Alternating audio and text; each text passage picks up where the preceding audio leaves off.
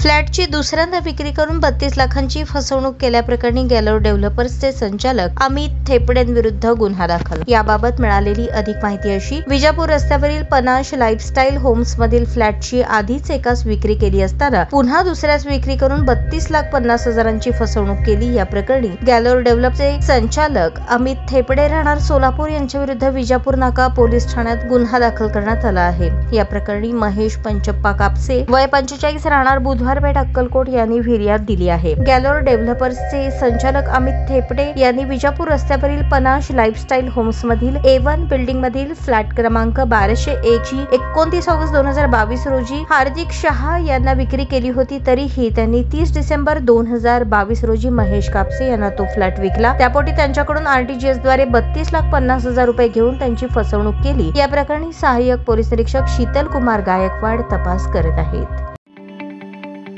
ताज्या बातम्या पाहण्यासाठी प्राईम महाराष्ट्र न्यूज चॅनलला सबस्क्राईब करा।